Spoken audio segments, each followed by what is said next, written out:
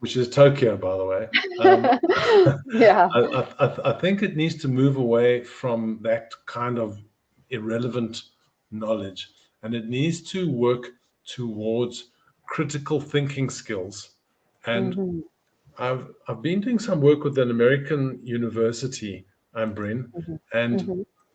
who was saying to them, what do you do to test if a person's PhD has been written by AI or not? Yeah. And we had this really wonderful conversation about the Google test.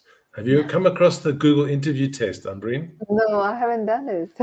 So if you apply to work at Google, they give you many questions, but one of the questions Okay. is if you were shrunk down to the Mm-hmm. size of a little toothpick or something, Okay. and you were put into a blender, and there's this big blender, and you're in this little this, and you're in this blender, Yeah. what would you do?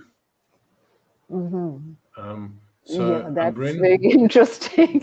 It's so like, what would you do? So like you're in this blender. So yeah, it's the basically what so the, I would do, just maybe. so I'm what just would you giving do? you, What would you yeah, do? I will just, because, there is a, since we are the size of the, let's say, toothpick or something, so I'll just try to get inside, just like the horizontal beneath the blade. So like when it runs, it wouldn't affect.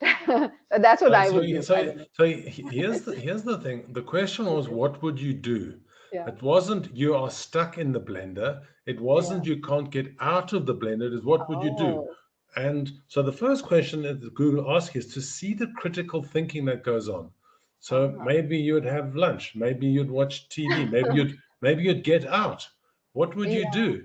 So yeah. the conversation we were having with this university in the States was, how do you have a Wow. viva? How do you have a Mm, live presentation of the person? So they've wow. written this great